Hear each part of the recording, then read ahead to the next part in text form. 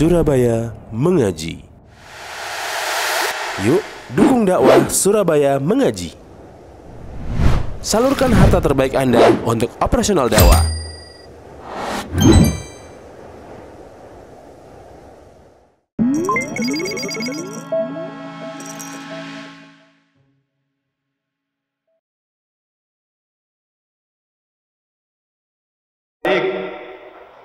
Dan lebih dicintai oleh Allah daripada orang yang beriman tapi lemah. Ya. Ini menunjukkan apa? Hadis ini Nabi mengabarkan keimanan seseorang itu berbeda-beda, kualitasnya, kekokohannya ini berbeda-beda. Adapun orang yang iman yang berkuat, orang yang beriman kuat, ini mereka lebih baik dan lebih dicintai oleh Allah daripada orang yang beriman tapi lemah. Wa fi kulli khair. Dan dua-duanya tetap memiliki keutamaan. Yang penting di dalam hati seseorang itu ada keimanan, pasti ada kebaikan. Ya. Hanya saja orang yang imannya itu kuat, itu insya Allah kebaikannya lebih banyak. Ya. Kebaikannya apa? Lebih banyak karena imannya itu kuat. Ya. Oleh karenanya perlu bagi kita semuanya untuk mempelajari, mengingat-ingat kembali hal-hal apa saja yang bisa menguatkan iman kita. Ya, hal-hal apa saja yang bisa menguatkan keimanan kita kepada Allah Subhanahu wa ta'ala. Karena terkadang ada seseorang yang kuat dari segi finansial, punya harta, tapi imannya lemah. Imannya apa? Lemah. Sehingga harta yang dimiliki orang tersebut digunakan untuk apa? Digunakan untuk maksiat, digunakan untuk hal-hal yang diharamkan. Karena kuatnya finansial, kuatnya ekonomi tidak dibarengi dengan kuatnya apa? Iman. Ya. Jadi iman ini penting. Iman ini nanti yang mengarahkan. Orang punya harta, kemudian imannya kuat, hartanya akan digunakan untuk ketaatan kepada Allah Subhanahu wa ta'ala. Begitu pula orang-orang yang punya fisik yang kuat. Ya, fisiknya kuat. Mungkin seminggu 2 kali fitness kan gitu ya, sampai bodinya itu kuat. Tapi imannya lemah. Kira-kira kalau orang punya tubuh yang kuat, tapi imannya lemah, apa yang terjadi? Tubuh yang kuat dia gunakan untuk memukul orang. Ya, dia kuat naik gunung itu kuat. Tapi pergi ke masjid nggak kuat, kan begitu? Karena repot karena imannya lemah. Jadi tubuh yang kuat itu penting ya, tubuh kuat, finansial kuat, ini penting. Tapi harus dibarengi dengan kekuatan iman. Harus dibarengi dengan kekuatan iman. Ya. Dulu para sahabat seperti Abu Bakar, Utsman, Abdurrahman bin Auf radhiyallahu anhum, semoga Allah meridai mereka semuanya. Mereka ini kan orang-orang punya harta. Mereka orang-orang yang berduit. Tapi harta mereka tidak menjadikan mereka lalai. Ya, harta yang mereka miliki mereka gunakan untuk ketaatan kepada Allah Subhanahu wa ta'ala. Karena mereka punya harta, mereka juga memiliki iman yang kuat. Ya, imannya para sahabat tidak diragukan lagi kekuatan iman mereka. Karena mereka dididik langsung oleh Rasul sallallahu alaihi wasallam. Mereka belajar langsung kepada Nabi sallallahu alaihi wasallam. Ya, sehingga para sahabat ini iman-iman mereka adalah iman-iman yang kuat kepada Allah Subhanahu wa ta'ala. Ini tadi muqaddimah ya. Jadi iman itu nikmat yang agung. Kemudian keimanan seseorang, tingkat keimanan, kekuatan iman antara satu orang dengan orang yang lain itu berbeda-beda. Ya, berbeda-beda. Ada orang yang imannya kuat, ada orang yang imannya itu lemah. Kemudian manfaat apa? Kalau seseorang itu punya iman yang kuat, manfaatnya banyak para jemaah. Manfaatnya banyak. Orang yang imannya kuat itu dia akan mudah untuk mengerjakan ibadah, mudah untuk melakukan ketaatan, mudah untuk melakukan kewajiban-kewajiban yang telah Allah perintahkan dan Rasul perintahkan. Ya. Jadi ini kalau orang itu punya apa? Punya iman yang kuat. Ketika imannya kuat, maka perintah apapun dari Allah Subhanahu wa taala sallallahu alaihi wasallam, para sahabat mengerjakan, bisa melaksanakan kewajiban-kewajiban yang telah ditentukan oleh Allah dan Rasulnya. Ini punya iman. Ya, harus ada iman. Harus ada iman yang kuat. Sehingga ibadah itu bukan menjadi beban, tapi ibadah menjadi sebuah kenikmatan, kan begitu. Kalau orang itu imannya sudah kuat, imannya itu kokoh, maka ibadah itu insya Allah akan menjadi sebuah kelezatan. Kan Nabi pernah menyebutkan, ya, namanya iman itu punya kelezatan, namanya iman itu punya rasa manisnya, ya, yaitu orang-orang yang mencintai Allah dan Rasulnya melebihi kecintaannya kepada yang lain. Ini orang yang akan merasakan manisnya iman, lezatnya iman. Ya. Kemudian manfaat yang kedua, kalau seseorang itu memiliki iman yang kuat, maka dia akan mudah untuk meninggalkan maksiat, mudah untuk meninggalkan apa-apa yang diharamkan oleh Allah dan Rasulnya. Kalau orang ini punya apa? Punya iman yang kuat. Ya, sebagaimana dulu juga di zaman para sahabat, ketika Allah Subhanahu wa taala menurunkan ayat yang mengharamkan minuman keras, apa? Para sahabat langsung membuang minuman-minuman keras yang masih mereka punya, dibuang. Ya. Karena mereka sudah punya apa? Punya iman. Oleh karenanya disebutkan oleh Aisyah radhiyallahu anha dalam hadis riwayat Bukhari, Aisyah mengatakan, "Innama nazala awwalu ma nazala minhu suratun minal mufassal." Ayat-ayat yang pertama kali yang turun kepada Nabi sallallahu alaihi wasallam, awal-awal permulaan ayat, kebanyakan ayat-ayat yang menyebutkan tentang surga dan neraka.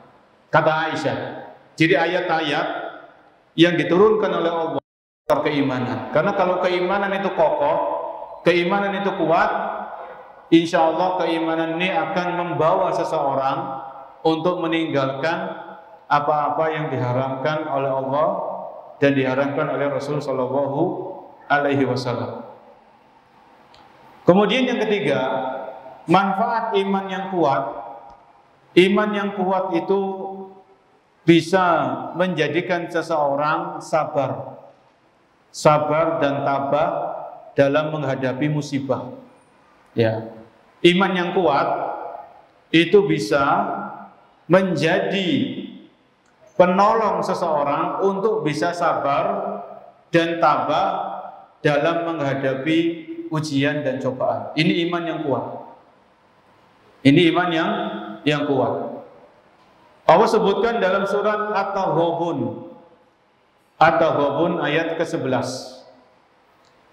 Ma asaba min musibatin illa biidznillah.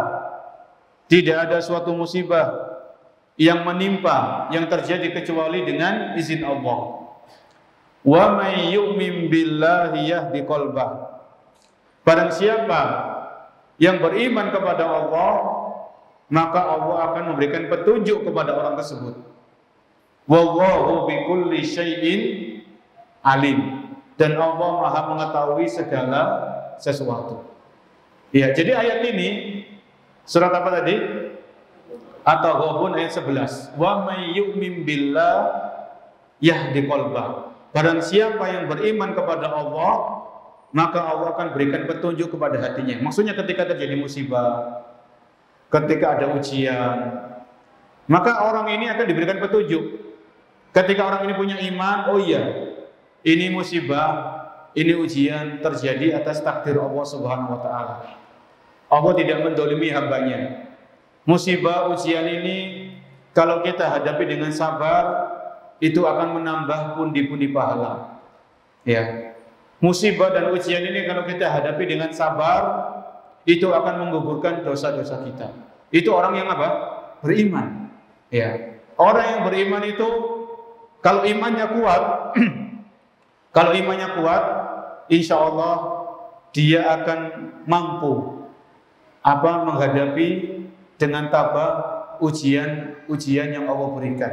Ya, ini perlu ya Pak, perlu iman. Sebagaimana Nabi Ayyub alaihissalam, Nabi Ayyub ini diuji dengan apa? Sakit kan?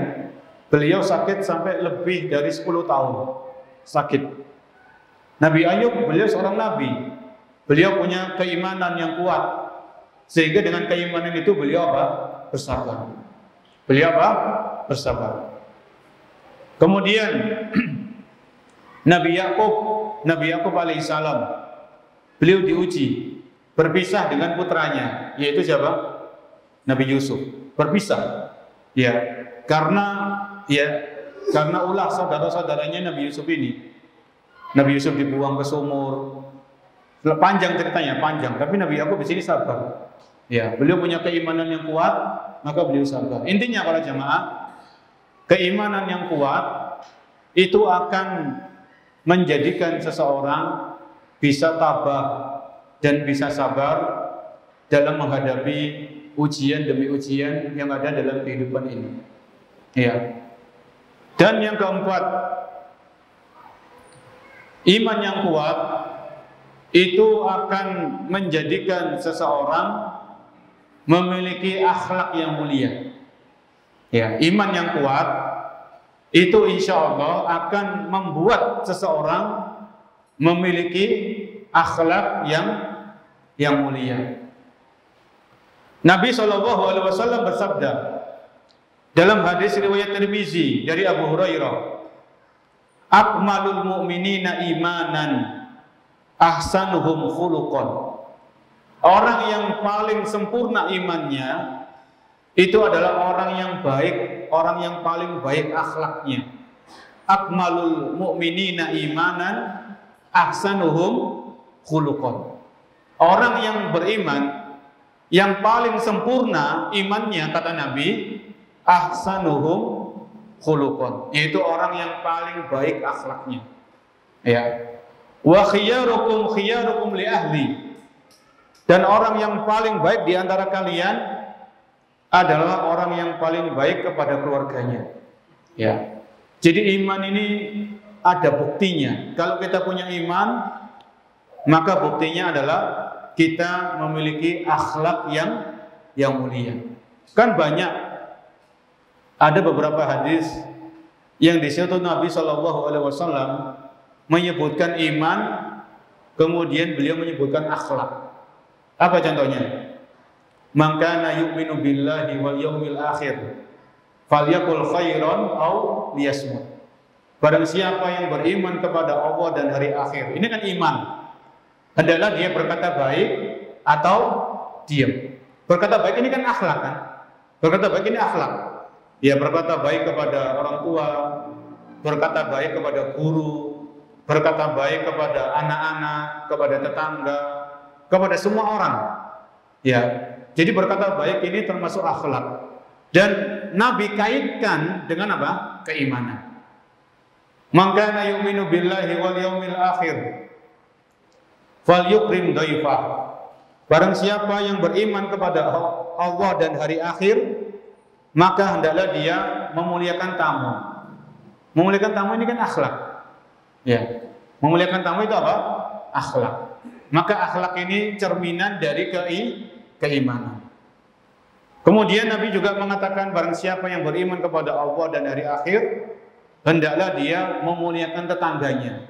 Memuliakan tetangga juga termasuk akhlak. Jadi ini menunjukkan bahwasanya seseorang yang memiliki iman yang kuat diharapkan dia juga memiliki akhlak yang apa?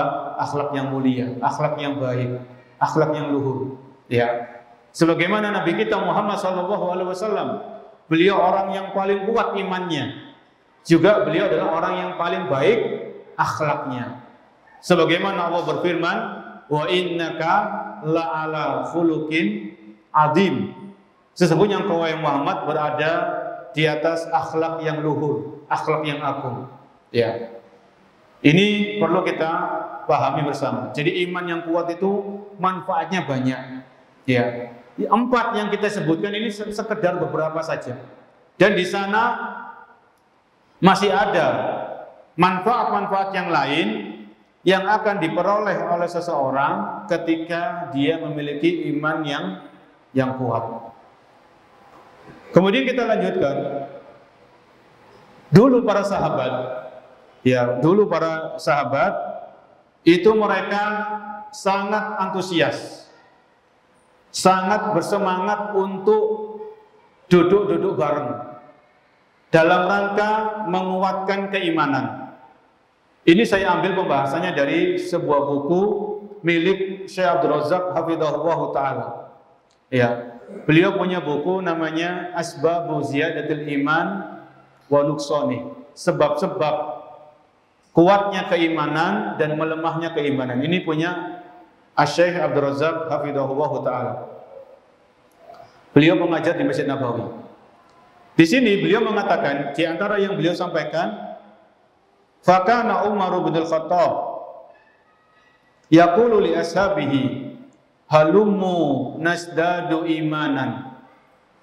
Umar bin Khattab itu pernah berkata kepada para sahabat-sahabat yang lain, halummu, kemarilah kalian, ya, kita tambahkan keimanan kita kuatkan iman. Bayangkan, ini seorang sahabat yang sudah dijamin surga. Tapi beliau, Umar bin Khattab ini, beliau mengajak para sahabat-sahabat yang lain, ayo kita duduk, halumu nasdadu imanan, yaitu kita duduk bareng, kita kuatkan keimanan kita. Kita kuatkan apa? Keimanan kita. Begitu pula Abdullah bin Mas'ud radhiyallahu anhu, beliau mengatakan, ijlisu bina nasdadu imanan. Ayo kita duduk bareng. Duduk bareng, nasdadu imanan. Kita kuatkan keimanan kita. Ini siapa? Abdullah bin Mas'ud radhiyallahu anhu. Ini sahabat-sahabat yang ternama ini. Beliau, kita yakin iman-iman mereka ini sudah kuat. Namun mereka butuh untuk duduk bareng, mengingat tentang surga, mengingat tentang neraka, ya, mengingat nikmat hidayah. Itu perlu duduk, ya, supaya iman ini terus bersemi, ya, tetap terjaga. Ini para sahabat seperti itu, para jemaah. Ini para sahabat disebutkan oleh Syekh Abdul Razak dalam kitab beliau ini, ya.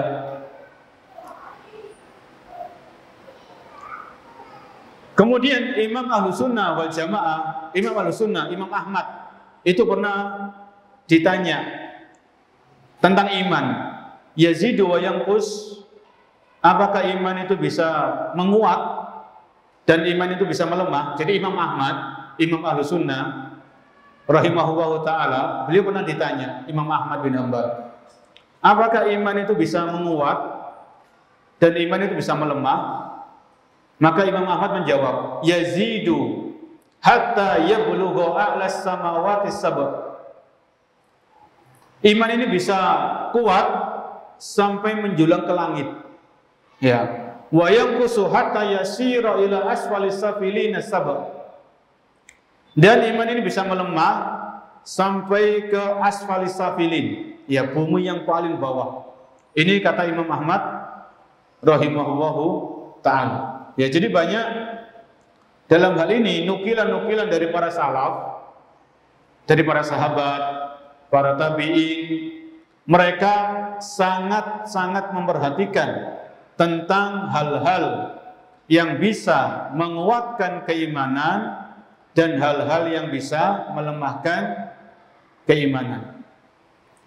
Fajtahadu fi tahqiqi ma yuqawwil iman wa takmilihi washtadda hadaruhum min kulli ma yutiful imana wa yungkisuhu. Oleh karena itu, mereka, para sahabat, para salaf, itu mereka bersungguh-sungguh untuk melakukan atau mengerjakan hal-hal yang bisa menguatkan iman mereka. Washtadda hadaruhum, dan mereka berhati-hati terhadap segala sesuatu yang bisa melemahkan atau mengurangi keimanan mereka. Ini kata Syekh Abdul Razak. Ya. Wa kanu bidzalika bararatan akhyaran. Oleh karena itu mereka menjadi manusia-manusia yang terpilih, yaitu para sahabat. Yang berikutnya, yaqulul allama as-Sa'di, Syekh as-Sa'di, seorang ulama yang punya buku tafsir, beliau mengatakan, fal abdul mu'minul muwaffaqu la yazalu yas'a fi amrayni. Seorang hamba yang beriman, kata Syekh as-Sa'di, yang diberikan taufik, maka seorang hamba yang beriman itu senantiasa berusaha melakukan dua hal. Yang pertama, tahqiqul imani wa furu'ihi, yaitu menjaga keimanan dan berusaha melakukan hal-hal yang menguatkan iman. Wa tahaqququ biha ilman wa amalan wa khalan. Ya, jadi kata Syekh as-Sa'di, orang yang beriman itu punya dua hal kesibukan. Yang pertama, menjaga keimanan, ya, dan berusaha menguatkan imannya. Asani as-sa'yu fi daf'i ma yunafiha wa yanquduha aw yunqisuha minal fitanid dhahirati wal batinah. Yang kedua adalah berusaha untuk menjauhi atau menghindari segala hal-hal yang bisa melemahkan atau mengurangi keimanan seorang hamba. Ini dua. Jadi yang pertama, berusaha menjaga iman dan bagaimana caranya iman ini semakin kuat. Yang kedua adalah menjauhi dan meninggalkan segala macam hal yang bisa melemahkan atau mengurangi keimanan. Kemudian di sini beliau mengatakan asbabu ziyadatil iman. Ya, sebab-sebab menguatnya keimanan, sebab-sebab menguatnya apa? Keimanan. Banyak sekali hal-hal yang apabila kita lakukan, kita kerjakan, maka iman ini akan menjadi apa? Menjadi kuat. Di antaranya wala'alla ahamma hadhil asbab mayali. Berikut ini akan dijelaskan sebab-sebab menguatnya keimanan. Yang pertama, awalan ta'allumul ilmin nafi', yaitu mempelajari ilmu yang bermanfaat. Ya. Jadi kalau kita mau mencatat awalan supaya iman ini terjaga, supaya iman ini stabil, syukur-syukur bisa semakin kuat. Yang pertama adalah ta'allumul ilmin nafi', yaitu mempelajari ilmu yang bermanfaat, mempelajari ilmu syar'i, ya, mempelajari ilmu agama. Ini insya Allah kalau kita rutin, kita istiqomah untuk menuntut ilmu sampai nanti kita diwafatkan oleh Allah Subhanahu wa taala, maka menuntut ilmu ini salah satu cara yang paling jitu untuk bisa menguatkan keimanan. Inna ahamma wa anfa asbabi ziyadatil iman ta'allumul ilmin nafi', ilmu syariah al-mustamaddi min kitabillahi wa sunnati rasulihi sallallahu alaihi wasallam. Kata beliau, kata Syekh Abdul Razak, sesungguhnya sebab yang paling penting dan yang paling bermanfaat untuk bisa menguatkan iman adalah ta'allumul ilmin nafi', yaitu mempelajari ilmu yang bermanfaat. ilmu syar'i yang bersumber dari Al-Quran dan Sunnah Rasul Sallallahu Alaihi Wasallam. Ya, dan tentunya dipahami dengan pemahaman para salaf, yaitu para sahabat. Di antaranya di sini beliau banyak sekali membawakan dalil bahwasanya menuntut ilmu itu bisa menguatkan iman. Yang pertama misalnya, Allah berfirman di surat Fatir ayat 28.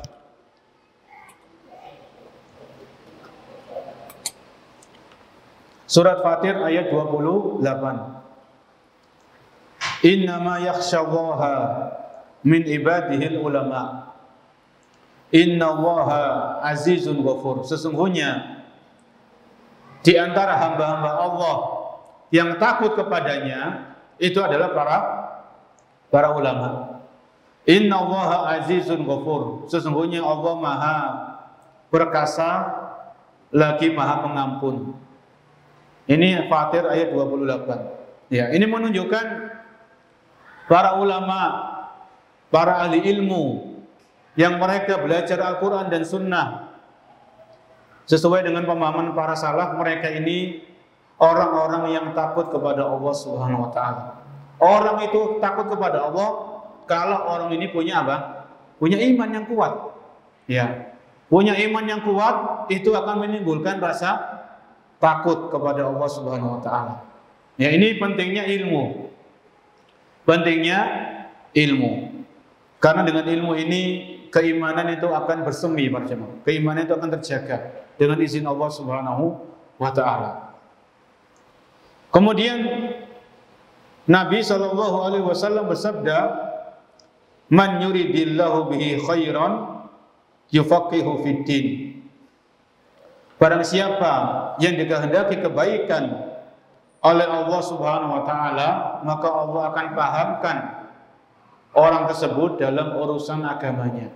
Ya. Jadi kalau kita ingin tahu kita ini dikehendaki kebaikan oleh Allah atau tidak, maka kita lihat diri kita. Kalau kita rajin menuntut ilmu, rajin belajar, insya Allah kita termasuk orang-orang yang diinginkan kebaikan, yang dikehendaki kebaikan oleh Allah Subhanahu wa Ta'ala. Ini pentingnya ilmu.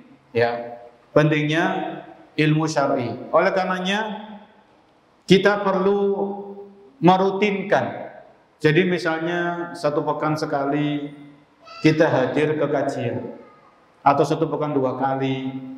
Karena dengan belajar, dengan mendengarkan, membaca, bertanya, insya Allah ini pintu-pintu mendapatkan ilmu.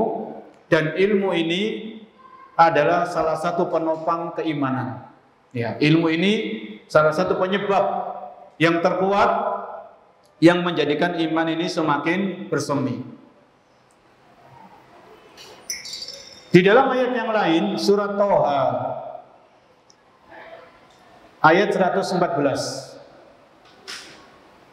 Allah berfirman, "Wa qur rabbi zidni ilma." Dan katakan, ucapkan, wahai Muhammad, Rabbi zidni ilma. Wahai ya Allah, wahai Tuhanku, tambahkanlah kepadaku ilmu. Ya, ini saking pentingnya ilmu, para jemaah. Allah tidak perintahkan Nabi untuk supaya minta tambahan harta. Allah tidak perintahkan Nabi untuk minta tambahan kedudukan atau jabatan atau yang semisalnya. Yang Allah perintahkan kepada Nabi SAW yaitu meminta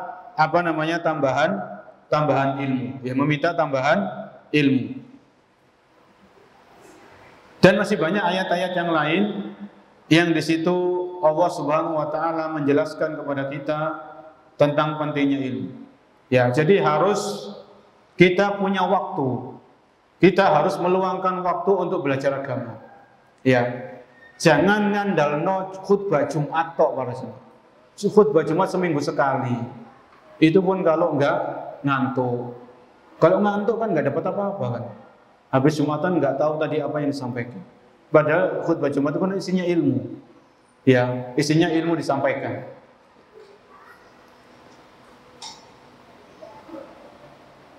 Kemudian yang berikutnya, jadi sebab yang pertama secara umum yang bisa menguatkan iman untuk bisa menjadi mukmin yang kuat itu harus belajar ilmu syar'i.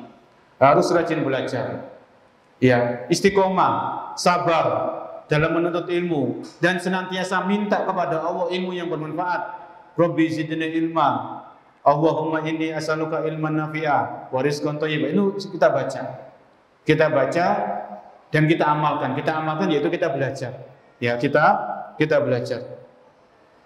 Kemudian ilmu syar'i ini banyak. Ilmu syar'i ini luas. Ada ilmu fikih, ada ilmu akidah, ya, ada ilmu faraid, pembagian waris, ada sirah, macam-macam. Ilmu ini banyak. Ya. Maka di sini yang beliau sampaikan dalam kitabnya, yaitu kitabnya Syekh Abdul Razak hafizahullah taala, semoga Allah menjaga beliau. Amma abwabul ilmi syar'i allati yuhsalu minha ziyadatul imani fakasiratun jiddan. Adapun pintu-pintu ilmu syar'i yang dengannya seseorang bisa menguatkan iman itu sangatlah banyak. Ujmilu ba'daha fi ma yali. Aku akan memberikan sebagiannya. Maksudnya beliau akan memberikan perincian sebisanya.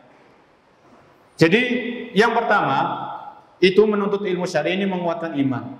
Menuntut ilmu syar'i ini ada poin-poinnya A, B, C, D. Misalnya poin 1A yaitu qiraatul Qur'anil Karimi wa tadabburuh, yaitu membaca Al-Qur'an dan mentadabburinya. Ini poin 1A. Ya, poin 1A. Jadi kalau kita ingin iman kita itu terjaga, iman kita stabil, syukur-syukur bisa kuat.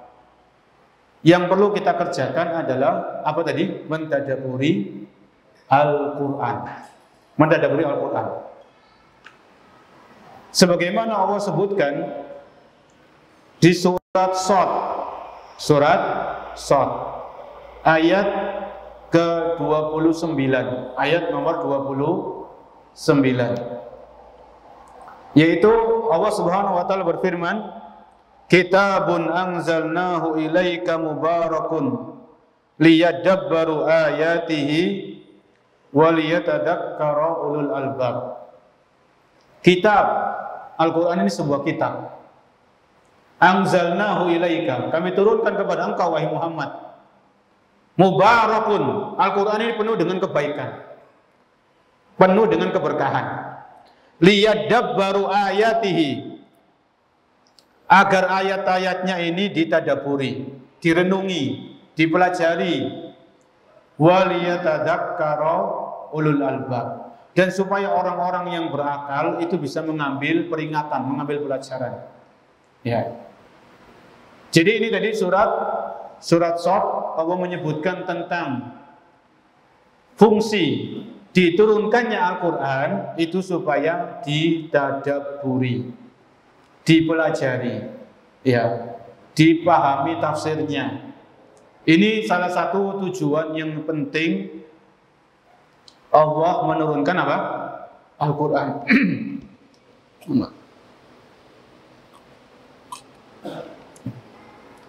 Jadi kita baca Al-Quran itu alhamdulillah, satu huruf 10 pahala. Alif lam mim 30 pahala. Ya, alif lam mim 30 pahala.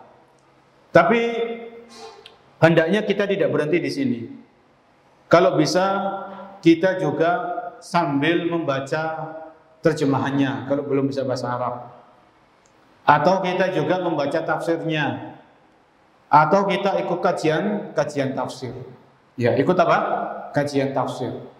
Karena Al-Quran ini memang bukan hanya dibaca, tapi dipelajari, itu penting.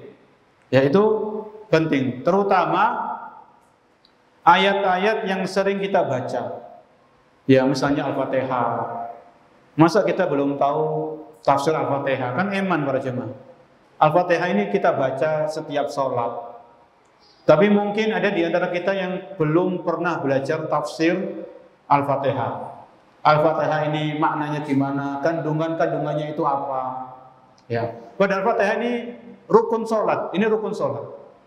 Ya, maka pelajari tafsirnya. Dengan itu iman ini dengan belajar dengan mentadabburi Al-Quran, semoga keimanan ini bisa bersemi, bisa kuat dan seterusnya. Ya.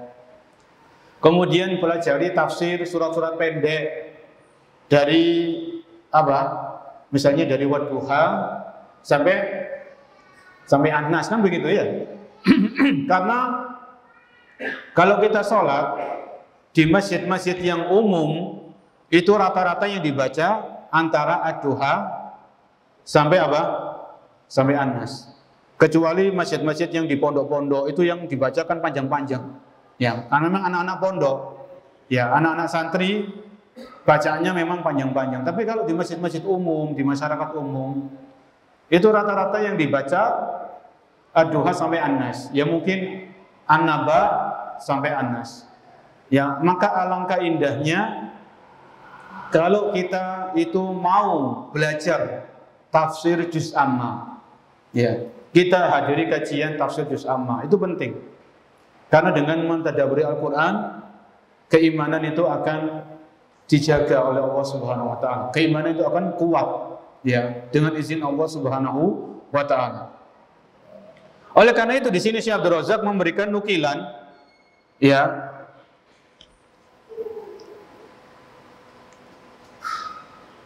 beliau menukil dari Al-Imam Al-Ajuri, Al-Imam Al-Ajuri. Wa kana hammuhu inda tilawati li surati idza ftataha mata at-taidu bima atlu. Seorang mukmin, orang yang beriman itu ketika dia membaca Al-Qur'an, maka di dalam hatinya, di dalam benaknya itu dia berkata, kapan aku bisa mengambil pelajaran dari ayat yang sedang aku baca. Jadi sampai di situ para jemaah. Imam Al-Ajuri mengatakan, ketika seorang muslim, seorang muslimah itu membaca Al-Quran, dia di dalam hatinya, dalam benaknya itu berkata, kapan aku bisa mengambil pelajaran dari ayat-ayat yang sedang aku baca. Walam yakun muraduhu mata ahtimu surah. Jadi bukan satu-satunya tujuan orang ini baca Al-Quran, kapan saya menghatamkan surat ini, kan begitu. Biasanya kalau kita ngaji, itu kita masuk surat baru, kan kita lihat ini berapa ayat, berapa lembar, kan begitu, supaya selesai cepat khatam. Tapi itu baik ya, kita khatam Quran itu bagus. Tapi seandainya kalau kita mau melangkah lebih maju, kapan saya bisa mengambil pelajaran dari ayat yang sedang saya baca atau ayat yang telah saya baca? Dan ini nggak mungkin kita lakukan kecuali dengan apa? Tadabbur, kan? Tadabbur. Iya, belajar bahasa Arab atau ikut-ikut kajian tafsir. Banyak para asatidzah kita yang mengkaji tafsir, ya, tafsir Ibnu Katsir, tafsir As-Sa'di, itu banyak ada yang dikaji oleh para asatidz kita. Maka ikut, ya. Kalau bisa bahasa Arab, baca sendiri di rumah. Wa inna ma muraduhu ma ta'aqilu anallahi al-khitab. Ya, jadi orang itu ketika baca Al-Qur'an, kapan saya bisa memahami ayat yang saya baca? Jadi perumpamaannya begini, perumpamaannya begini, dan ini dan Al-Qur'an ini jauh lebih utama. Kalau kita baca buku, kita dikasih buku sama orang, bukunya bagus, hard copy, cetakan terbaru, tebal sampulnya bagus. Kemudian kita baca, kita nggak paham. Kira-kira enak nggak baca kayak gitu? Kita baca sesuatu tapi kita nggak paham, kan nggak enak kan? Ini bukunya manusia, ini buku bikinan manusia, ini Al-Quran, kalamullah, firman Allah Subhanahu Wa Taala. Maka kalau kita baca Al-Quran, kita nggak paham, ya eman gitu loh. Ya bahasa kita kan eman, bahasa Jawanya kan sayang. Padahal Al-Quran ini diturunkan untuk dipahami, dipelajari dan diamalkan. Selain untuk dibaca. Ini tadi poin yang pertama, satu A ya. Satu A ini kalau mau kita menguatkan iman, menjadi mukmin yang kuat dengan taufik dari Allah, yaitu rajin-rajinlah kita untuk mentadabburi Al-Quran. Allah Subhanahu wa taala berfirman di surat Al-Anfal. Surat Al-Anfal ayat yang kedua. Surat Al-Anfal ayat yang kedua. Innamal mu'minuna alladzina idza dzukirallahu wajilat qulubuhum wa idza tuliyat alaihim ayatuhu zadatuhum imana wa ala rabbihim yatawakkalun. Innamal mu'minun, sesungguhnya orang-orang yang beriman, apabila mereka diingatkan tentang Allah, wajilat qulubuhum, hati mereka menjadi takut.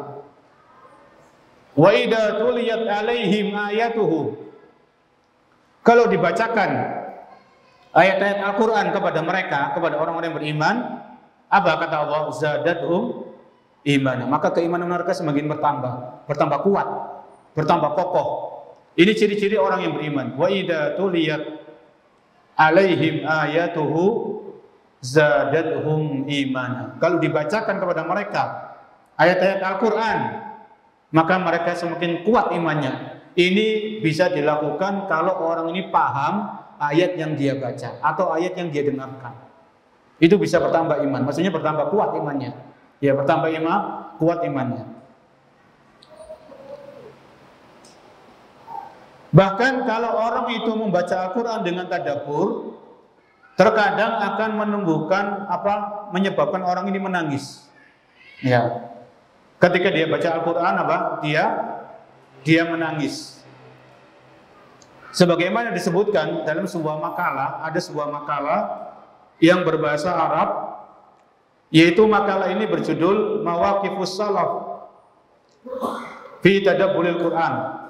Bagaimana para salaf itu mentadabburi Al-Quran. Jadi disebutkan dalam sebuah makalah yang berjudul Mawaqifus Salaf fi Tadabburi Al-Quran. Bagaimana dulu para salaf itu mentadabburi Al-Quran. Misalnya dari Abdullah bin Mas'ud radhiyallahu anhu, beliau berkata, suatu saat Nabi SAW berkata kepadaku, Iqra, bacalah Al-Quran. Nabi perintahkan Abdullah bin Mas'ud membaca Al-Quran. Kemudian Abdullah bin Mas'ud mengatakan, Aqra alaika wa alaika unzil. Apakah aku akan membacakan Al-Quran untuk anda ya Rasulullah, dan Al-Quran ini diturunkan kepada anda? Qala na'am, iya, bacalah Al-Quran untukku. Kemudian Abdullah bin Mas'ud mulai membaca Al-Quran sampai ketika di firman Allah Subhanahu wa taala, fa kaifa idza ji'na min kulli ummatin bi syahidin wa ji'na bika ala haula'i syahida. Dan bagaimana kalau kami datangkan dari setiap umat itu seorang saksi, dan wa ji'na bika ala haula'i syahida, dan kami jadikan engkau wahai Muhammad menjadi saksi bagi orang-orang kafir, bagi orang-orang musyrik. Kemudian apa kata Nabi? Hasbuk, cukup. Kemudian di situ Abdullah bin Mas'ud mendapatkan Nabi SAW meneteskan air mata. Ya, beliau menangis ketika beliau mendengarkan apa yang diucapkan oleh Abdullah bin Mas'ud radhiyallahu anhu. Ya, ini pentingnya mentadabburi Al-Quran. Ini contoh, dan masih banyak contoh-contoh yang lain. Masih banyak contoh-contoh yang lain dari para salaf. Ketika mereka mentadabburi Al-Quran itu mereka menangis. Disebutkan oleh Aisyah radhiyallahu anha, dari Aisyah radhiyallahu anha, beliau berkata, wa kana Abu Bakrin rajulan bakka'an, dan Abu Bakar, yaitu bapaknya Aisyah, itu adalah rajulan bakka'an, laki-laki yang sering menangis. Kata Aisyah, la yamliku dam'ahu hina yaqra'ul Qur'an. Beliau tidak bisa menahan air matanya ketika beliau membaca Al-Quran. Ini Abu Bakar radhiyallahu anhu. Beliau, Abu Bakar ini, kata Aisyah, ini penuturan anaknya sendiri ya. Aisyah ini kan tahu bapaknya bagaimana kalau baca Al-Quran. Jadi Abu Bakar ini radhiyallahu anhu kalau beliau baca Al-Quran itu sering nangis, kata Aisyah radhiyallahu anha. Jadi ini contoh dari sekian banyak contoh bagaimana dulu para salaf itu mereka mentadabburi Al-Quran. Oleh karenanya mereka dikaruniai oleh Allah iman yang kuat, ya, di dalam hati mereka. Jadi kalau kita pengen iman ini terjaga, iman ini semakin hari semakin kuat, maka salah satu caranya adalah belajar ilmu syar'i, yaitu diantaranya adalah mentadaburi Al-Quran. Yang kedua, poin 1B ya, poin 1B. Di antara pintu-pintu ilmu syar'i untuk bisa menguatkan iman itu adalah ma'rifatu asma'illahil husna wa sifatihil ula, yaitu mengenal nama-nama Allah yang indah dan sifat-sifatnya yang mulia, atau bahasa kita mempelajari asma'ul husna. Mempelajari apa? Asma'ul husna. Ini perlu kita pelajari para jemaah. Al-Ghafur, Ar-Razzaq, Ar-Rahman, Ar-Rahim, ya, Al-Aziz, Al-Alim, As-Sami, Al-Basir, dan masih banyak. Masih banyak. Ya. Nama-nama Allah yang perlu kita pahami, yang perlu kita pelajari untuk bisa menguatkan keimanan kita kepada Allah Subhanahu wa taala. Bahkan Syekh Abdul Razzaq, penulis buku yang sedang kita bahas ini, itu beliau punya buku. Judulnya Fiqhu Al-Asma'il Husna, yaitu mempelajari atau memahami nama-nama Allah yang maha indah. Di buku itu beliau sebutkan, ya, misalnya Ar-Rabb, itu apa maknanya? Ar-Razzaq, itu maknanya apa? Dalil-dalilnya itu apa dari Al-Quran? Ini beliau sebutkan, beliau jelaskan. Ya, beliau jelaskan. Misalnya begini para jemaah, kita mengetahui salah satu Asmaul Husna itu Al-Alim. Apa artinya Al-Alim? Allah maha mengetahui, kan begitu. Allah maha mengetahui. Dan hal ini menuntut kita, konsekuensinya kita itu harus lebih berhati-hati atau lebih waspada, karena apa yang kita ucapkan, apa yang kita tulis, apa yang kita kerjakan, itu semuanya diketahui oleh siapa? Oleh Allah Subhanahu wa taala. Itu konsekuensinya seperti itu. Misalnya disebutkan dalam Al-Quran, ya Allah berfirman, wa ma tasqutu min waraqatin illa ya'lamuha. Tidak ada satupun daun yang berjatuhan kecuali Allah mengetahuinya. Ya, Allah mengetahui. Jadi satu daun yang gugur itu Allah tahu. Ya, kalau di Kedung Jawa ini berapa daun yang gugur kita nggak tahu. Apalagi seluruh dunia ini. Itu Allah semuanya tahu. Ya, daun ini gugur di hari ini, di waktu ini, di tempat ini, Allah semuanya tahu. Wa ma tasqutu min waraqatin illa ya'lam. Tidak ada satupun daun yang berguguran kecuali Allah mengetahuinya. Ya, Allah maha mengetahuinya. Ini poin 1B ya, 1B, agar kita bisa menguatkan iman, maka belajar fikih Asmaul Husna, belajar fikih Asmaul Husna. Ya, satu persatu dipelajari, kemudian dipahami, direnungkan, amalkan konsekuensinya. Misalnya kita mempelajari nama Allah Al-Ghafur, Maha Pengampun, ya, yang Maha mengampuni dosa hamba-hambanya. Kalau kita belajar nama Allah Al-Ghafur, Allah Maha Mengampun, Allah Maha mengampuni dosa-dosa hambanya, di sini konsekuensinya kita tidak boleh putus asa. Ya, sebanyak apapun dosa yang pernah kita lakukan, ya, seberat apapun dosa yang pernah kita kerjakan, selama kita betul-betul bertaubat, ya, kita menyesal, kita berusaha memperbaiki diri, ya, maka kita optimis dan kita berbaik sangka Allah mengampuni dosa-dosa kita, karena Allah memiliki nama apa? Al-Ghafur, zat yang maha memberikan ampunan. Ini konsekuensinya kayak gitu. Ini sekedar contoh ya. Ini sekedar contoh, dan di sana masih banyak Asmaul Husna yang perlu kita ketahui maknanya dan kita pelajari isinya. Ya. Kemudian poin yang berikutnya yaitu 1C ya, 1C yang bisa menguatkan iman setelah mentadabburi Al-Qur'an dan mempelajari Asmaul Husna. Kata beliau di sini yang ketiga,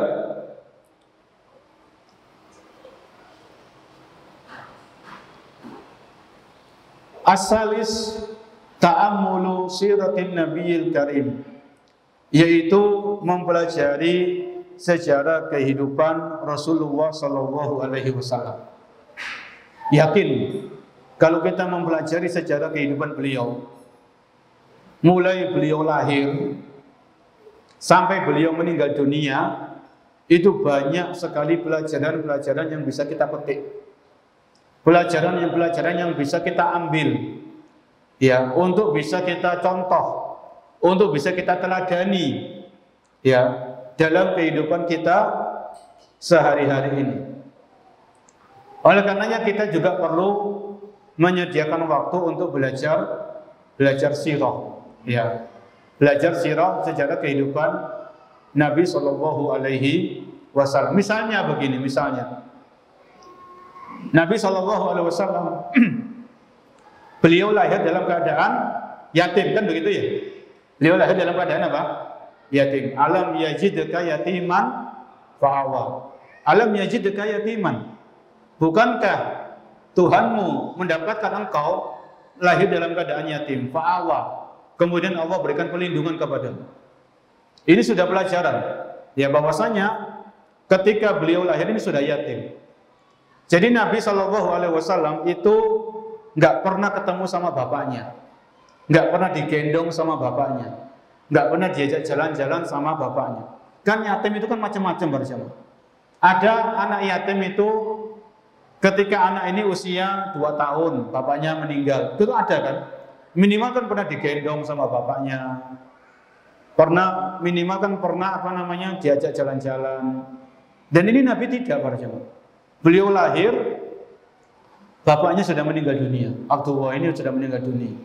Ya, kan zaman dulu kan nggak ada foto ya. Oh, inilah bapakku kan kayak gini, nggak ada foto. Ya, maka ini ujian. Ya, tapi Nabi bersabar. Beliau bersabar. Usia 6 tahun, ibundanya, namanya siapa ibundanya? Aminah, meninggal dunia. Jadi 6 tahun sudah yatim piatu. Ya. Yatim piatu. Ini pelajaran di sini. Bagaimana beliau sabar. Umur 6 tahun ini beliau diasuh sama kakeknya, Abdul Muthalib. Kakeknya meninggal, beliau diasuh sama Abu Thalib, pamannya. Sama Abu Thalib diajak apa Nabi ini? Menggembalakan kambing, angon wedhus sudah bahasa kita, angon wedhus. Anak umur 8 tahun sampai sekitar 10 tahun itu sama Abu Thalib, karena Abu Thalib ini anaknya banyak. Abu Thalib ini orangnya miskin dan anaknya banyak. Sehingga untuk membesarkan Nabi, ya, ada 100 faedah yang bisa kita ambil dari kisah perjalanan kehidupan Nabi Yusuf alaihissalam. Itu 100 pelajaran. Ya. Itu luar biasa. Para ulama, para ilmu mereka mengambil istinbat, mengambil faedah. Ya, ini menunjukkan bahwasanya kisah para nabi, kisah para rasul itu juga penuh dengan muatan pelajaran. Ya. Ya, setelah belajar sirah nabawi, maka kita belajar sirah para nabi-nabi yang lain. Ya, nabi-nabi yang lain yang diutus oleh Allah Subhanahu wa taala, maka mereka juga sirah-sirah para nabi ini mereka juga ada pelajaran. Nabi Musa. Kisahnya Nabi Musa ini kan Allah sebutkan di berbagai macam surat ya. Ada di surat An-Nazi'at, ada di surat Toha, ada di surat Al-Qasas. Ini di antara keistimewaan kisahnya Nabi Musa, itu Allah sebutkan kisahnya Nabi Musa di berbagai macam surat di Al-Qur'an. Ya. Dan itu ada pelajaran-pelajarannya para jemaah. Itu ada pelajaran-pelajarannya. Bukan sekedar kisah yang dibaca begitu saja tanpa ada pelajaran. Itu pasti ada pelajarannya. Kisahnya para nabi ini. Ya, itu kalau kita pengen menjaga keimanan, menguatkan iman, maka baca sirah, sejarah kehidupan Nabi SAW, kemudian sejarah para Nabi dan Rasul secara umum, ya secara umum. Kemudian yang berikutnya, di antara pintu-pintu ilmu, akmaltu lakum dinakum. Ya, pada hari ini aku telah sempurnakan agama kalian. Agama Islam ini sempurna. Ya. Dan Islam ini satu-satunya agama yang diridhoi oleh Allah Subhanahu wa taala. Inna dina indallahil Islam. Oleh karenanya kita yang sudah Islam mulai lahir, alhamdulillah kita bersyukur sama Allah Subhanahu wa taala. Ya, tinggal kita merenungi, memperhatikan keindahan-keindahan yang ada di dalam ajaran Islam. Misalnya di dalam Islam Allah perintahkan kita berbakti kepada orang tua, kan begitu? Ya. Berbakti apa? Kepada kedua orang tua. Khususnya terlebih-lebih ketika kedua orang tua ini sudah memasuki usia lanjut, itu lebih didekatkan lagi untuk berbakti. Ya, lebih didekatkan lagi untuk berbakti. Adapun orang-orang non-muslim di luar Islam itu mereka kalau orang tuanya sudah tua ditaruh di mana? Di panti jompo para jemaah. Gak mau tahu sama orang tuanya. Ini orang-orang non-muslim yang mungkin sudah ditiru sama sebagian orang Islam. Ya, orang tuanya sudah tua, anak-anaknya nggak ada yang mau ngeramut, saling lempar sana lempar sini, akhirnya orang tuanya ditaruh di panti jompo. Kasihan para jemaah. Ini nggak berbakti, orang anak kayak gini nggak berbakti. Ya, jadi Islam ini salah satu ya. Ini sekedar contoh dan masih banyak. Ya, jadi kalau dalam agama kita itu menjaga 5 hal. Ada namanya ad-daruriyatul khams. Islam itu menjaga 5 hal. Menjaga agama, menjaga akal, menjaga darah, menjaga kehormatan, dan menjaga harta. Saya ulang ya, Islam itu mengajarkan kita menjaga agama. Yang kedua menjaga akal. Yang ketiga menjaga nyawa atau darah. Yang keempat menjaga apa tadi? Kehormatan. Yang kelima menjaga harta. Ini saya lupa urutannya, ada urutan-urutannya. Yang pertama Islam menjaga agama. Islam mengharamkan kemurtadan. Orang murtad itu dibunuh, hukumannya dibunuh. Ini pemerintah yang melakukan. Man baddala dinahu faqtuluh. Barang siapa yang mengganti agamanya, maka bunuhlah dia. Ini sabda Nabi SAW. Islam menjaga agama. Ya. Islam mengajarkan kita lakum dinukum waliyadin. Bagi kalian agama kalian. Bagi saya agama saya, nggak boleh dicampur adukan antara satu agama dengan agama yang lain, antara satu keyakinan dengan keyakinan yang lain, nggak boleh campur adukan. Oleh karena kita nggak boleh mengucapkan selamat kepada hari raya non Muslim, nggak boleh karena beda akidah, beda keyakinan. Toleransi iya, toleransi mereka ibadah kita biarkan, kita nggak ganggu mereka, mereka juga tidak mengganggu kita, sama-sama ibadah sesuai keyakinan masing-masing. Mereka sakit, kita jenguk, silakan. Orang non-muslim sakit, dijenguk, silakan. Mereka kesusahan, kita bantu. Itu toleransi. Tapi kalau sudah mencampur adukan antara satu agama dengan agama yang lain, ini bukan toleransi. Ya, Islam menjaga agama, menjaga akidah. Yang kedua, Islam itu menjaga akal. Yaitu Islam mengharamkan khamr, minuman keras. Islam mengharamkan narkoba. Karena dua hal ini bisa merusak akal yang sehat. Yang ketiga, Islam itu menjaga darah, menjaga nyawa. Buktinya apa? Ada syariat kisos. Kalau orang membunuh, apa balasannya? Dibunuh, kan begitu. Orang kalau dia membunuh dan terbukti orang ini membunuh, maka di dalam Islam itu dibunuh orang ini, dikisos. Sehingga kalau orang itu tahu, oh kalau saya membunuh, nanti hukumannya saya apa? Dibunuh. Orang itu kan mikir 1000 kali. Akhirnya pembunuhan itu berkurang. Ya, kasus pembunuhan itu berkurang. Karena orang tahu, kalau saya membunuh, maka saya nanti akan dibunuh. Sama pemerintah kaum muslimin, ditegakkan, dikisos. Ini Islam menjaga apa? Nyawa. Menjaga darah. Yang keempat, Islam menjaga kehormatan. Islam mengharamkan zina. Islam mengharamkan mencaci maki, menyebarkan aib. Ya, ini Islam menjaga kehormatan seorang muslim. Bahkan kalau orang muslim ini sudah mati ya, sudah meninggal, kan kita kan nggak boleh menginjak-injak kuburan, kan nggak boleh. Menginjak-injak kuburan, duduk di atas kuburan ini nggak boleh. Karena orang Islam itu terhormat ketika dia masih hidup dan juga ketika sudah meninggal dunia. Kuburannya nggak boleh diinjak-injak, nggak boleh diduduki, apalagi sampai dikencing, ini nggak boleh. Ya ini dilarang. Kalau kita menguburkan jenazah, ya bahwasanya agama Islam ini agama yang diridhoi oleh Allah Subhanahu wa ta'ala. Kemudian yang kelima, 1E ya, ini 1E. Al-khamis, qira'atu sirati salafi hadhil ummah. Kata beliau, membaca sejarah kehidupan para salaf.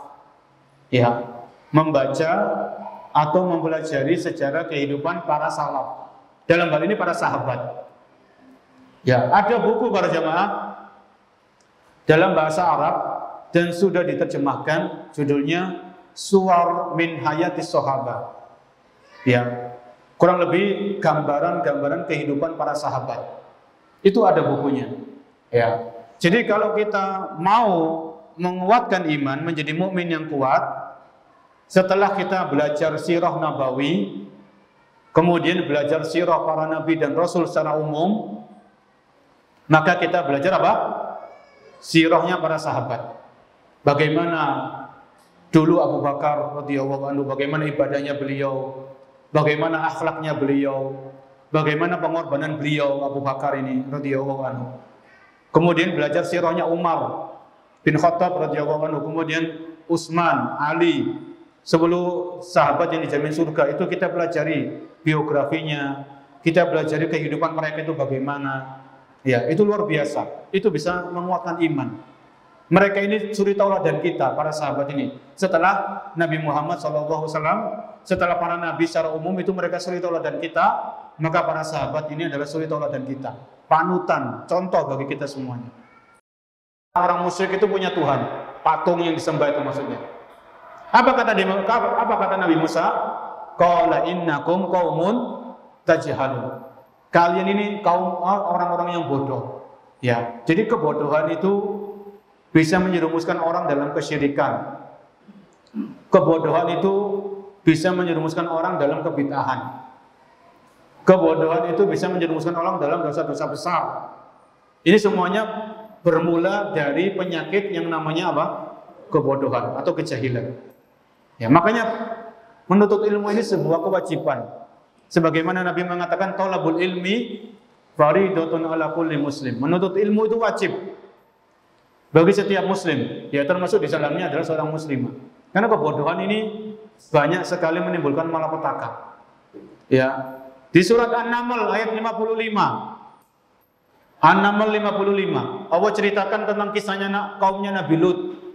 Yang dimana kaumnya Nabi Lut ini melakukan dosa besar berupa homoseksual. Waluton idz qala liqaumihi atatuna al-fahishata wa antum tubsirun. Dan ketika Lut berkata kepada kaumnya, apakah kalian mendatangi perbuatan keji sedangkan kalian tahu kalau ini perbuatan keji? A'innakum latatuna rijala syahwatan min dunin nisa. Kalian ini, kata Nabi Lut kepada kaumnya, kalian ini mendatangi para lelaki dengan penuh nafsu. Ya, kalian meninggalkan kaum wanita. Kemudian Allah sebutkan tentang kisahnya Nabi Lut, bal antum qaumun tajhalun. Akan tapi kalian ini kaum-kaum yang bodoh, katanya Nabi Lut. Ya, jadi kebodohan itu bisa menyebabkan seseorang jatuh dalam penyimpangan, jatuh dalam kesesatan. Ini karena kebodohan.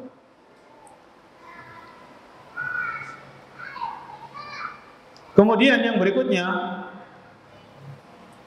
faktor-faktor yang melemahkan iman, sanian, al-ghaflatu wal-i'radu wan nisyan. Yang kedua ini lalai, berpaling dan lupa. Ini penyakit ini ya. Lalai, kemudian berpaling dan sengaja lupa. Ini bisa melemahkan iman, kata Syekh Abdul Razak hafidhahullah ta'ala.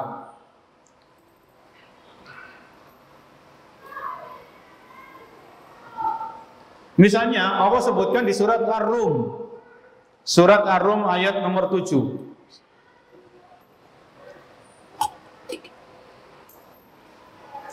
Ar-Rum ayat berapa? Ayat ke-7. Ya'lamuna dhahiran minal hayatid dunya wa hum 'anil akhirati hum ghafilun. Mereka itu orang-orang yang paham akan kehidupan dunia. Pintar cari duit, pintar bisnis, pintar dagang. Tapi Allah apa? Allah katakan wahum anil akhirati hum ghafilun, dan mereka dari kehidupan akhirat mereka lalai. Ya, lalai untuk mempersiapkan diri, lalai untuk mengumpulkan bekal. Ini dicela sama Allah Subhanahu wa taala. Ya. Ada orang-orang itu yang mereka pintar masalah dunia. Pintar masalah dunia ini enggak masalah selama digunakan untuk hal-hal yang diridhoi oleh Allah Subhanahu wa taala. Tapi jangan sampai lalai dari kehidupan apa? Akhirat. Wa hum anil akhirati hum ghafilun. Akan tapi mereka orang-orang yang lalai dari kehidupan akhirat. Ini bahaya ya, penyakit lalai. Lalai mengingat mati, bahwasanya kita semuanya akan mati, cepat atau lambat. Terkadang orang lalai untuk mengingat kematian. Padahal Nabi SAW itu beliau memerintahkan aksiru dikroha dimilladdat. Perbanyaklah untuk mengingat pemutus kelezatan. Apa pemutus kelezatan? Kematian. Ini Nabi yang perintahkan. Aksiru, perbanyaklah, sering-seringlah kalian mengingat kematian. Jadi kalau orang itu jarang mengingat mati, maka orang ini lalai, sibuk dengan dunia, lupa, lalai gitu ya. Maka pentingnya adanya kajian, adanya khutbah Jumat, itu untuk apa? Mengingatkan, kan begitu para jemaah. Terkadang kita manusia ini, terkadang kita sudah tahu, cuman kita perlu diingatkan, direfresh. Kita sudah pernah baca, sudah pernah belajar, mungkin sudah lama, akhirnya perlu diingatkan. Ini pentingnya kajian-kajian ilmu, adanya khutbah Jumat, itu untuk mengingatkan. Fa inna dzikra tanfa'ul mu'minin. Berikan peringatan. Maksudnya peringatan itu bermanfaat bagi orang-orang yang beriman. Allah sebutkan dalam Al-Qur'an, fa inna dzikra tanfa'ul mu'minin. Karena peringatan itu bermanfaat bagi orang yang beriman. Oh iya, saya di dunia ini sementara. Saya di dunia ini untuk mengumpulkan bekal. Ya, saya di dunia ini untuk beribadah kepada Allah. Itu diingatkan supaya kita nggak lalai. Karena dengan kelalaian ini bisa melemahkan keimanan, bisa melemahkan keimanan. Allah sebutkan di surat Al-A'raf ayat 205.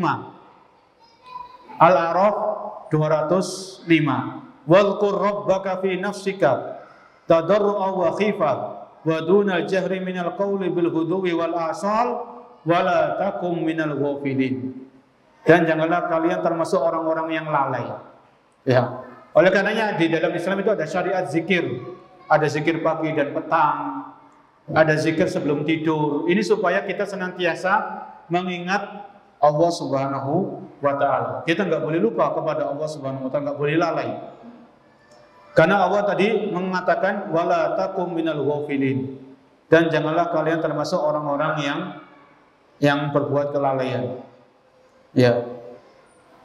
Adapun berpaling, al-i'rad, berpaling ini juga bisa melemahkan iman. Sudah tahu ini kebenaran, tapi tidak mau mengikuti, maka dia berpaling dari kebenaran. Ini juga bisa melemahkan iman. Sebagaimana Allah sebutkan di surat Thaha. Surat Thaha ayat 124. Surat Thaha ayat berapa? 124. Wa man a'rada an dzikri fa inna lahu ma'isyatan donka wa nahsyuruhu yaumal qiyamati a'ma. Wa man a'rada an dzikri. Allah berfirman, barang siapa yang berpaling dari peringatanku, fa inna lahu ma'isyatan donka, maka baginya kehidupan yang sempit. Ya. Wa nahsyuruhu yaumal qiyamati a'ma.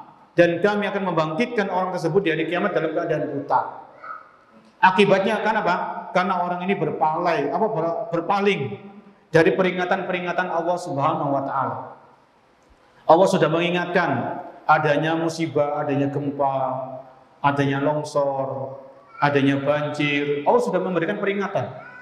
Ya, supaya manusia itu apa? Kembali kepada Allah Subhanahu wa taala. Hanya beribadah kepada Allah, menjauhi kesyirikan. Itu Allah kasih peringatan. Allah kasih apa?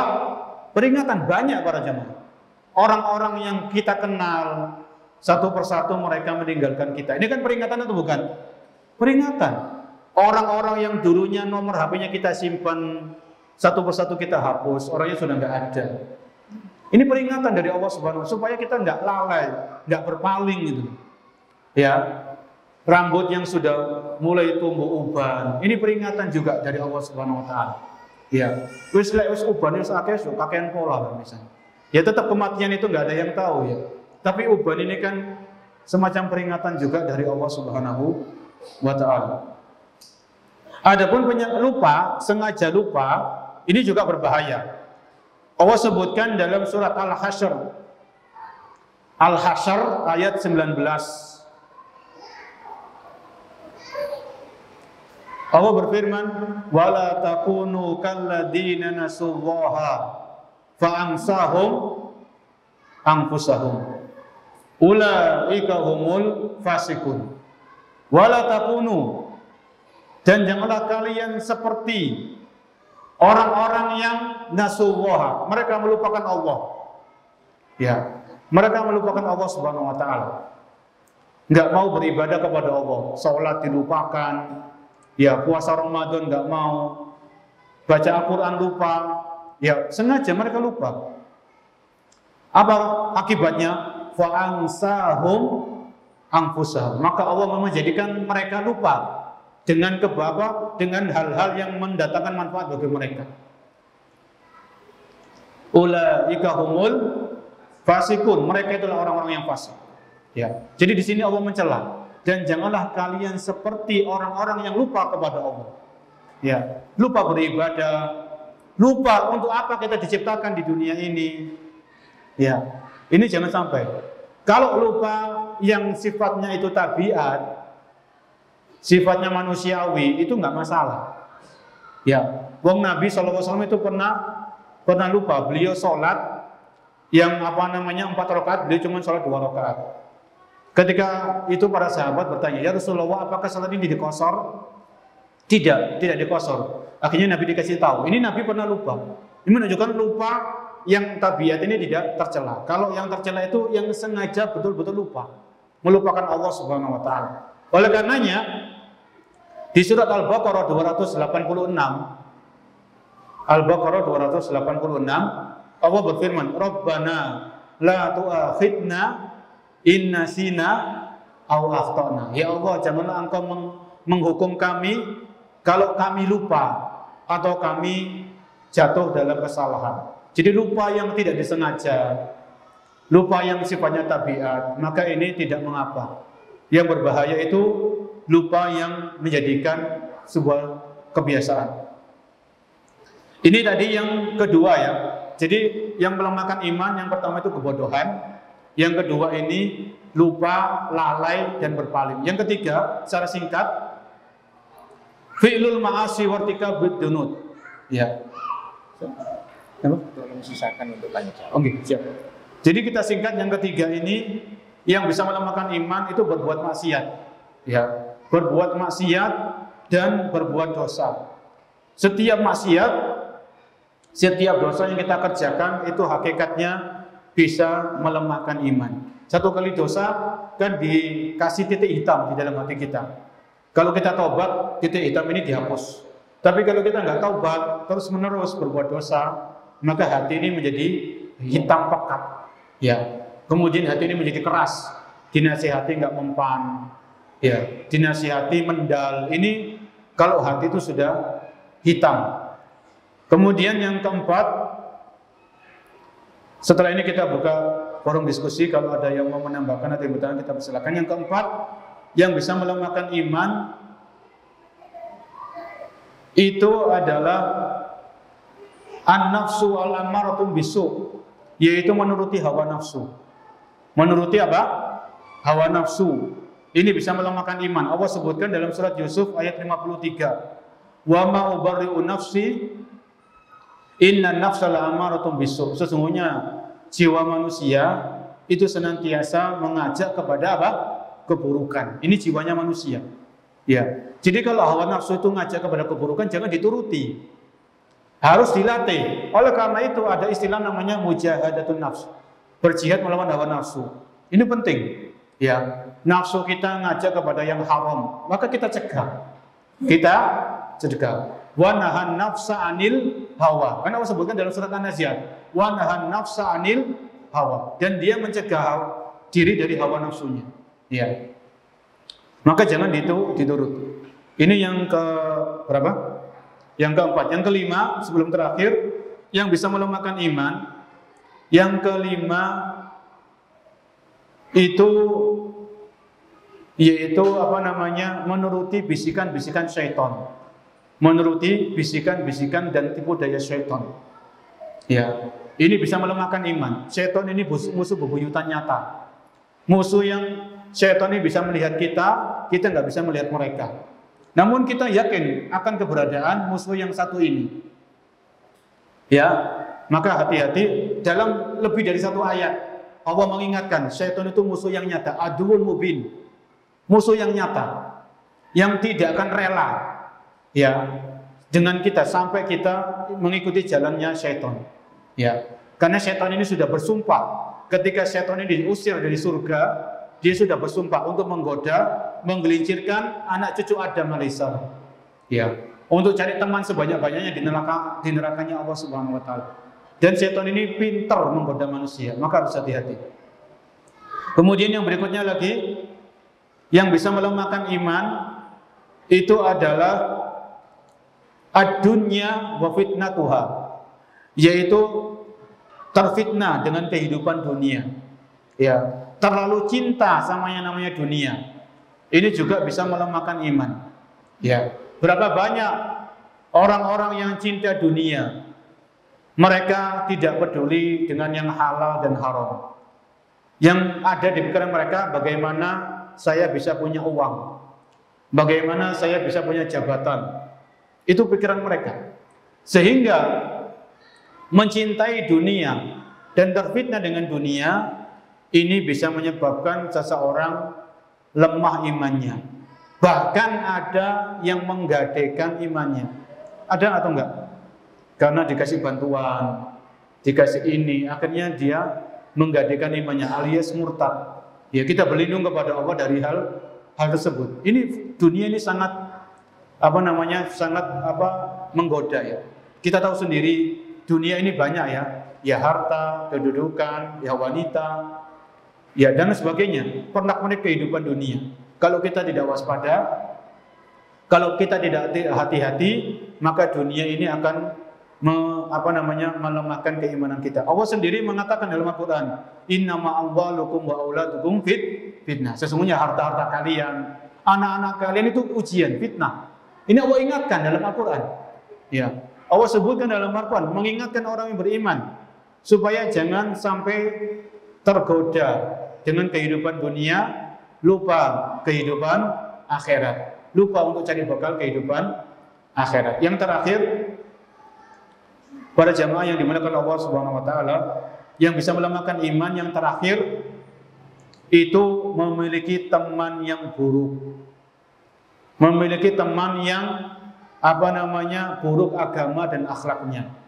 Ya, Nabi SAW bersabda, ar-rajulu ala dini khalilihi.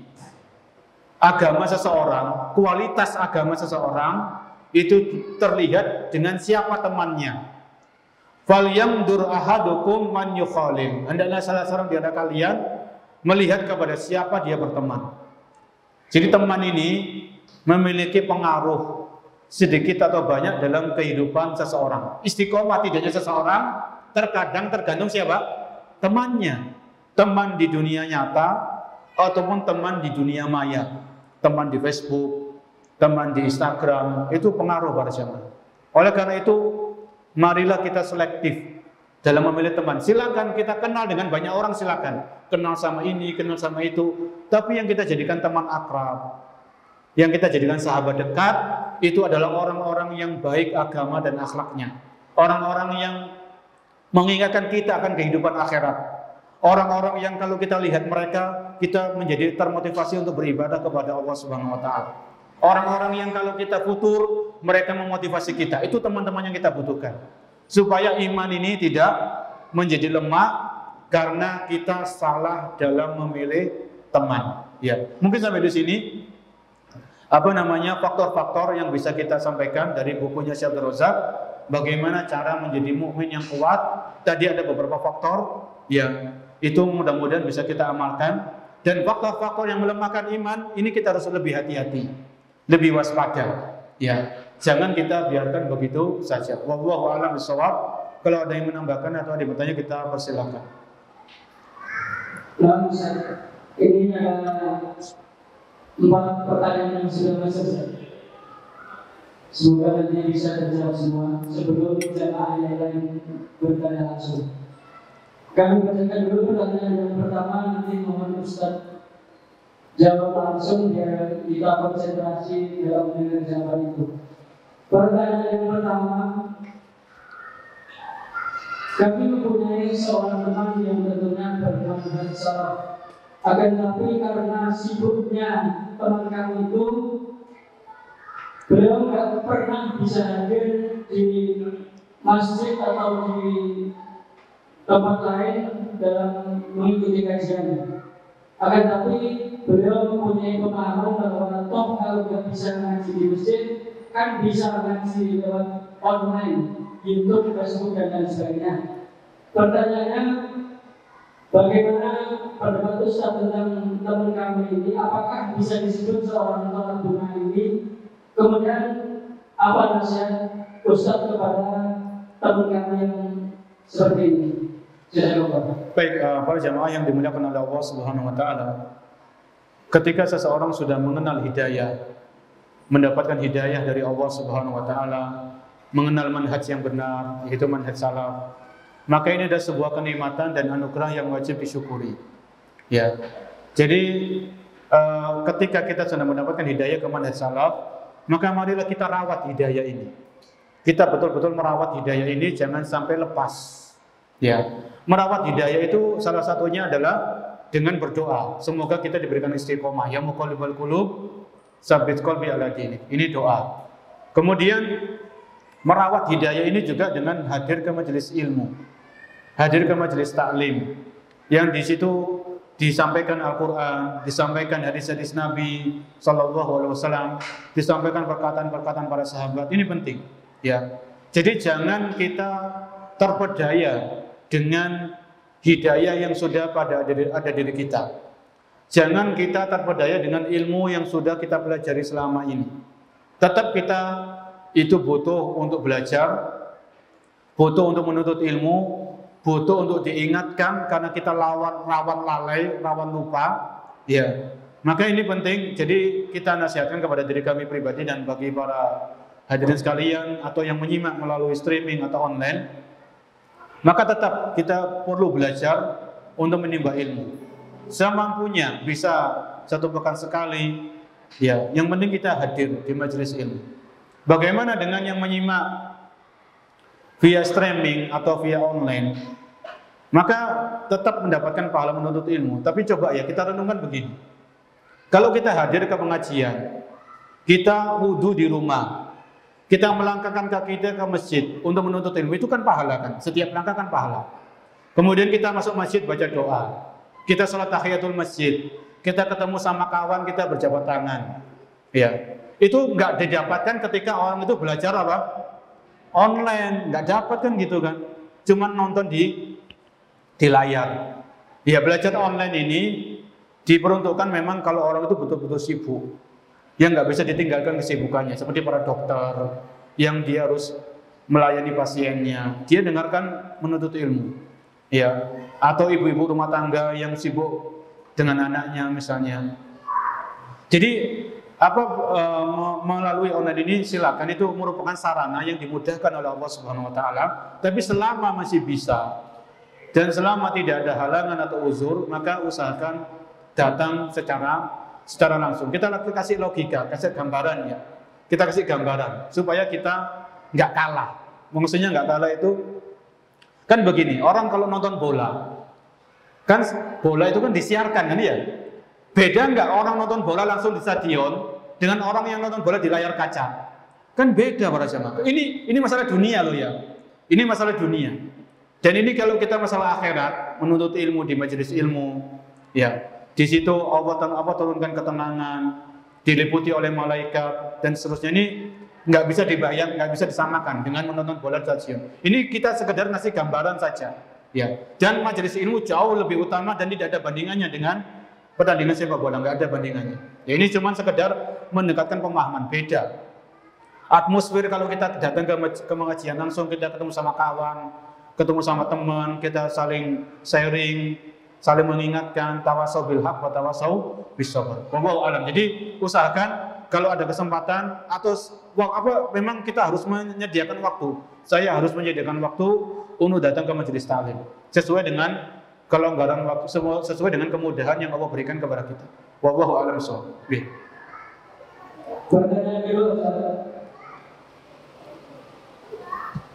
jadi bisa menyampaikan bahwa zaman sahabat dulu belum lama masuk Islam, tetapi ketika mendengar ayat tentang haramnya khamr, memberikan nasihat, diskusi. Kalau memang ada yang kurang seret, maka diskusi. Ya, diskusi ketemu, kita berdialog dan sebagainya. Tapi sekali lagi ini mengingatkan kepada kita yang namanya hidayah itu kembali kepada Allah Subhanahu wa taala. Ya, hanya Allah yang bisa memberikan hidayah. Yang jelas kalau dulu para sahabat itu mereka mendengar tentang haramnya khamr langsung mereka tinggalkan. Ini juga kembali kepada hidayah dari Allah Subhanahu wa taala. Kemudian para sahabat ini dididik langsung, ditarbiyah langsung oleh Rasulullah sallallahu alaihi wasallam. Mereka melihat, mereka tahu para sahabat ayat ini turun di sini, ayat ini turun tentang hal ini. Mereka para sahabat ini membersamai Nabi. Mereka melihat Nabi secara langsung.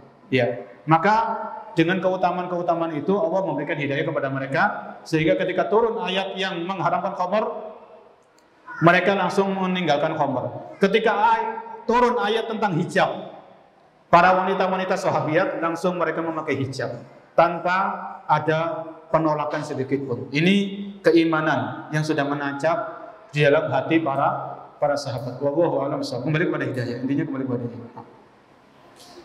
Kemudian pertanyaan yang ketiga,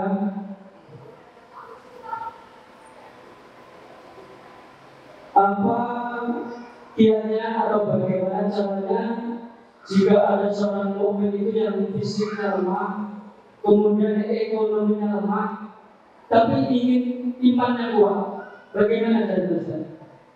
Bagaimana orang yang fisiknya lemah? Fisiknya lemah ini mungkin sakit-sakitan gitu ya, penyakit dikit-dikit sakit, dikit-dikit drop atau yang semisalnya, atau ekonominya lemah. Dalam hal ini kita berkaca kepada para suri tauladan kita di kalangan para sahabat. Para sahabat itu apakah semuanya orang kaya? Enggak kan? Tidak semua sahabat kan kaya kan? Ada sahabat yang miskin? Ada. Ya. Tapi kemiskinan mereka tidak menyebabkan mereka futur dalam beribadah, tidak menyebabkan mereka itu menghalalkan segala cara, tidak. Ya, bahkan kalau kita membaca salah satu kisah di antara para sahabat, ada sekelompok orang itu datang menemui Nabi SAW. Sekelompok sahabat ini ingin ikut perang. Waktu itu sekelompok sahabat ini nggak punya hewan tunggangan. Mereka datang menemui Nabi, barangkali Nabi punya hewan tunggangan lebih. Ketika mereka sudah ketemu sama Nabi, akhirnya Nabi menjelaskan, beliau menyampaikan tidak ada hewan tunggangan lebih. Akhirnya para sahabat ini mereka pulang dalam keadaan menangis. Tawallau wa ayunuhum tafidu minad dam'i. Allah sebutkan dalam Al-Quran.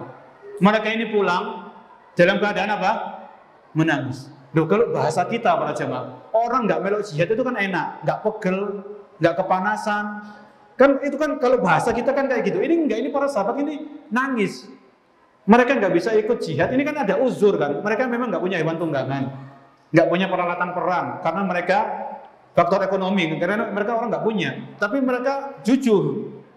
Mereka ketemu sama Nabi, mungkin ada hewan tunggangan lebih, ada peralatan seperti senjataan, tapi Nabi nggak punya. Nggak ada waktu itu. Mereka pulang dalam keadaan menangis. Ini air mata pejuang ini kayak gini. Bukan air mata pecundang. Ini air mata pejuang. Jadi kalau kita memang lemah dalam ekonomi, dalam artian ekonomi kita pas-pasan atau bahkan kurang, kita masih bisa berlomba dengan orang-orang kaya. Ya, berlomba dengan orang-orang kaya tentunya dengan memperbanyak zikir, memperbanyak sholat-sholat sunnah, memperbanyak puasa-puasa sunnah. Ya, intinya harus ada kejujuran hati. Saya memang dalam saat ini Allah uji saya dengan ekonomi yang pas-pasan. Tapi dalam masalah tekad, dalam masalah kekuatan pada masalah kita tetap mau berlomba-lomba dengan orang-orang yang kaya. Sebagaimana dulu para sahabat yang miskin mereka curhat kepada Nabi, ya Rasulullah, orang-orang kaya itu borong pahala. Mereka sholat, kita juga sholat. Mereka puasa, kita juga puasa. Mereka bersedekah, kita, kalau bahasa kita belum bisa bersedekah. Ini curhatnya para sahabat itu seperti itu. Ya, jadi kalau memang kita itu ekonomi lemah, tetap kita bisa melakukan ibadah-ibadah yang itu bisa kita lakukan tanpa harta. Zikir, baca Quran, puasa-puasa sunnah, sholat-sholat sunnah itu bisa. Yang penting itu kejujuran dan motivasi. Walaupun memang saya ekonominya pas-pasan, tapi semoga tidak kalah dengan orang-orang kaya. Ya. Karena memang kalau orang-orang yang ekonomi pas-pasan ini nanti enaknya itu di akhirat hisabnya itu ringan. Hisabnya itu apa? Ringan. Kalau orang kaya kan hisabnya kan lama. Orang kaya hisabnya. Adapun kalau lemah secara fisik, ya wallahu alam ini mungkin dengan olahraga, dengan sebisa mungkin. Ya pokoknya di manage lah, diatur. Mungkin konsultasi ke dokter, kenapa kok fisik saya lemah, gampang capek. Itu mungkin para dokter lebih tahu dan lebih paham. Bagaimana caranya kita bisa memiliki fisik yang seger, ya, yang bisa kita gunakan untuk ketaatan kepada Allah Subhanahu wa taala. Wallahu a'lam bishawab. Lalu ini pertanyaan terakhir. Sebelumnya kami mohon maaf kepada para jamaah ahwat karena ini pertanyaannya mungkin menyinggung jamaah ahwat. Kami hanya membacakan saja. Pertanyaannya, bagaimana cara menghadapi istri yang cewek dan baperan? Apakah ini dikarenakan imannya lemah atau memang karakter wanita seperti itu? Baik, para jamaah yang dimuliakan Allah Subhanahu wa taala. Bagaimana ketika seorang suami itu mendapatkan istrinya itu yang cerewet atau yang baperan, ya, suka bawa perasaan. Bahwa alam ini dalam hal ini salah satu karakter atau tabiat seorang wanita pada umumnya. Ya, pada umumnya, karena wanita ini diciptakan dari tulang yang bengkok atau lurus. Kan bengkok kan? Wanita itu diciptakan dari tulang rusuk yang bengkok. Kalau kita terlalu kasar, tulang ini akan patah. Tapi kalau kita biarkan bengkok, ya tetap bengkok selama-lamanya. Jadi makanya disebutkan, ya, saya dalam sebuah ungkapan, rifqan bil qawarir. Maka berlemah lembutlah kepada kaum wanita. Jangan terlalu kasar, seperti gelas ini kalau terlalu kasar kan pecah. Ya, pecah itu nanti sampai cerai. Ya, maka di sini seorang suami hendaknya dia bersabar, ya, dengan istrinya. Kalau istrinya cerewet, ya dinasihati saja. Kalau seorang istri ini insya Allah dia rajin ke majelis ilmu, imannya semakin kuat, maka dia akan berusaha introspeksi diri. Oh iya, selama ini saya ini jadi istri kok kayak gini ya. Maka coba saya rubah. Jadi dengan kita belajar itu kan sejatinya kita pengen menjadi lebih baik kan, begitu kan. Kita belajar ini kan pengennya menjadi lebih baik, lebih istiqomah, lebih dekat kepada Allah Subhanahu wa taala, lebih berbakti kepada suami, lebih baik kepada anak-anak. Itu kan tujuannya seperti belajar. Bukan sekedar pengetahuan, bukan sekedar koleksi ilmu, tapi ilmu ini bagaimana bisa mendatangkan perubahan dalam kehidupan kita sehari-hari. Memang oke lah, wanita itu pada umumnya itu cerewet. Tapi kalau kita sudah ngaji, kita sudah belajar, kita yakin setiap ucapan itu dicatat sama malaikat, kan begitu. Ma yalfidu min qaulin illa ladaihi raqibun atid, di surat Qaf. Tidak ada suatu ucapan yang diucapkan kecuali ada malaikat yang mengawasi dan ada malaikat yang mencatat. Raqib atid. Maka di sini seorang wanita muslimah, khususnya yang sudah bersuami, sudah menikah, ingat ayat ini. Oh ya, kalau saya cerewet, apalagi cerewetnya itu menyakitkan hati suami, menyakitkan hati anak-anak, menyakitkan hati mertua, maka ini segera berbenah diri. Taubat kepada Allah Subhanahu wa taala, minta maaf kepada suami, minta maaf kepada anak-anak. Mungkin karena lisan kita yang kurang terjaga akibat cerewet, akibat baperan, ada orang-orang yang sakit di hatinya. Ya. Jadi mumpung masih ada kesempatan, mumpung masih dikasih umur dan usia sama Allah Subhanahu wa taala, mari kita terus berbenah diri. Ya. Semakin hari kita memperbaiki diri, kita tutupi kesalahan-kesalahan kita di masa yang lalu, dan kita berusaha menjadi pribadi yang lebih kuat imannya dibanding di hari-hari yang sebelumnya. Wallahu a'lam bishawab. Saya kira cukup, ya. Baik para jamaah, mungkin ini bisa kita sampaikan. Semoga apa yang kita bahas menjadi ilmu yang bermanfaat, bisa kita amalkan dalam kehidupan kita sehari-hari, dan semoga Allah Subhanahu wa taala menguatkan iman-iman kita semuanya, khususnya menghadapi kehidupan dunia, menghadapi ujian dan cobaan. Semoga Allah kuatkan iman kita, semoga Allah berikan kita keistiqomahan, dan semoga Allah mewafatkan kita dalam keadaan iman, dalam keadaan Islam, dalam keadaan bertauhid, dan menjaga sunnah Nabi Sallallahu Alaihi Wasallam. Kita akhiri, subhanakallahumma bihamdika, asyhadu an la ilaha illa anta, astaghfiruka wa atubu ilaik. Assalamualaikum warahmatullahi wabarakatuh.